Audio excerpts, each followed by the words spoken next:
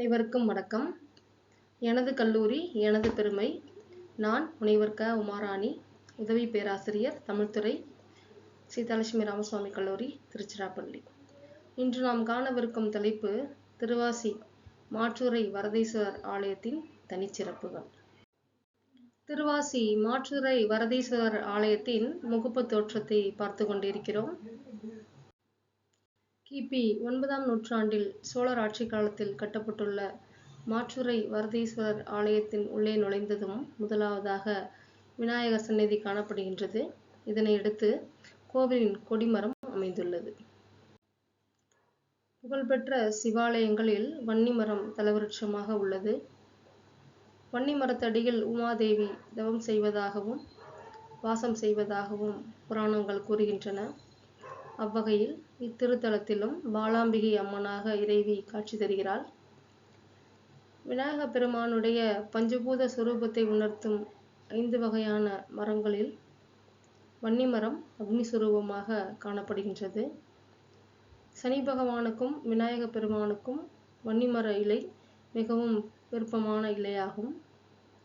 மகாபாரதத்தில் பஞ்சபாண்டவர்கள் அஞ்ஞான வாசத்தின் பொழுது தங்களுடைய ஆயுதங்களை வன்னிமர பொந்தில் வைத்து பாதுகாத்ததாக சொல்லப்படுகின்றது.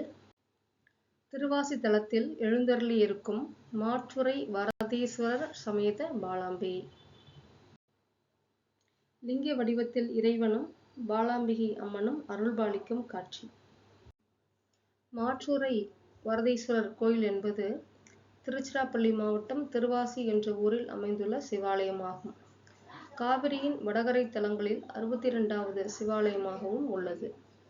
புராண காலத்தில் திருப்பாச்சில் ஆச்சிராமம் என்ற பெயரில் வழங்கப்பட்டு வந்துள்ளது. திருப்பாச்சில் ஆச்சிராமம் என்பதில் திரு கூட்டல் பாச்சில் கூட்டல் ஆச்சாரமம் என்ற 3 சொற்கள் உள்ளன. இதில் திரு என்பது தெய்வத்தன்மை, அழகு, செல்வம் ஆகிய பொருள்களை குறிக்கின்றது. பாச்சில் என்பது ஊர் பெயராகும். ஆச்சாரமம் என்பது கோயில் பெயர். இவை 3ம் ஒருங்கிணைந்து திருப்பாச்சில் ஆச்சிராமம் என வழங்கப்பட்டு வந்துள்ளது. இத்தலத்தின் தீர்த்தமாக அன்னமாம் பொய்கை என்ற தீர்த்தம் விளங்குகிறது.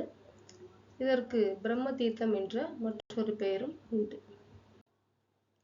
நடராசருக்கு பின் வட்ட வடிவில் அமைந்திருக்கக்கூடிய திருவாசி அண்டங்களின் இயக்கத்தை குறிக்கின்றது. பிரபஞ்சத்தை குறிக்கும் வட்டத்திற்குள் நின்று சிவபெருமான் நடனம் ஆடுகிறார். இந்த பிரபஞ்ச வட்டத்தையே திருவாசி பிரதிபலிக்கிறது.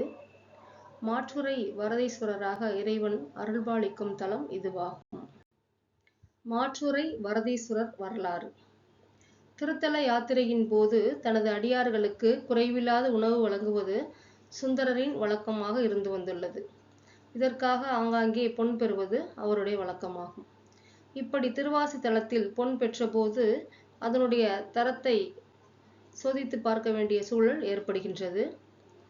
அதனை நிரூபிக்க இறைவனே மாற்றுருவில் வந்து பொன்னின் தரத்தை உரைத்து சொன்னாராம்.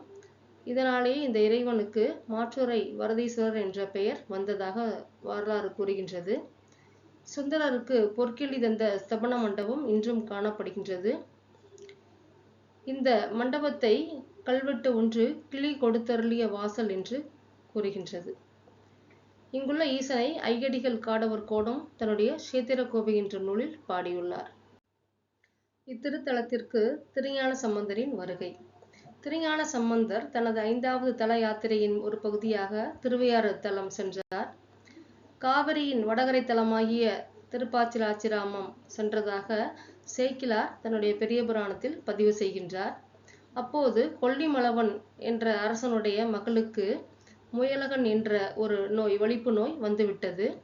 அந்த நோயால் அந்த பெண் பாதிக்கப்பட்டிருப்பதாகவும் ஏதும் செய்ய இயலாத நிலையில் தான் தனது மகளை இறைவனின் சந்நிதியில் கிடத்தியிருப்பதாகவும் அந்த அரசன் கூறுகின்றான். அப்பொழுது அங்கே வந்த திருஞான சம்பந்தர் இறைவனிடம் அருள் வேண்டி அந்த பெண்ணின் நோயை குணப்படுத்துகிறார். அதாவது வானவர்களை கொடிய விடத்தின் தன்மையிலிருந்து காப்பாற்றிய பெருமான் ஓர் இளம் பெண் நோயினால் மயக்கம் அடைந்து வருந்தும்படி செய்யலாமா என்ற பொருள்பட அழகிய தமிழ் பதிகம் ஒன்றை பாடுகின்றார். திருவாசி தலம் தீராத நோய் தீர்க்கும் தலமாகவும், குறிப்பாக வயிற்று வலி, நரம்பு தளர்ச்சி, வாத நோய், சர்ப்பதோஷம், மாதவிடாய் பிரச்சனைகள், குழந்தைகளுக்கு வரும் பாலாரிஷ்டம் போன்ற பல நோய்களையும் தீர்க்கும் ஒரு சிறந்த பரிகார தலமாகவும் விளங்குகின்றது. திருஞான சம்பந்தர் பாடிய பதிகமானது துணி வளர் திங்கள் துலங்கி விளங்க சுடர்ச்சடை சுற்றி முடித்து பனி வளர் கொள்கையர் பாரிடம் சூழ வாரிடமும் பழி தேர்வர் அணிவளர் கோலமெல்லாம் செய்து பாச்சல் ஆச்சிராமத்து உரைகின்ற மணிவளர் கண்டரோ மங்கையை வாட மயல் செய்வதோ இவர் மாண்பே என்று தொடங்குகின்றது. கோயில் கட்டடக்கலை. இக்கோயிலின் கட்டடக்கலையானது மிகவும் சிறப்புற அமைந்துள்ளது. 5 நிலை ராஜகோபுரம், எதிரே 4 கால் கல் மண்டபம் என எழிலாக காட்சி தருகிறது இந்த ஆலயம். ராஜகோபுரத்தை கடந்ததும் தென்பகுதியில் பாலாம்பிகை அம்மன் சன்னதி காணப்படுகின்றது. அம்மன் சன்னதிக்கு எதிரே அன்னமாம் பொய்கை என்ற தீர்த்தம் உள்ளது. அதன் அருகில் வன்னிமரமும் உள்ளது. முதல் கோபுரம் மற்றும் 2ஆம் கோபுரத்தின் இடையே ஆவுடையா பிள்ளை என்ற பெயரில் மண்டபம் ஒன்று உள்ளது. இதில் கொடிமரம், பலிபீடம், நந்தி சிலை ஆகியவை காணப்படுகின்றன. அனைவருக்கும் வணக்கம். நன்றி.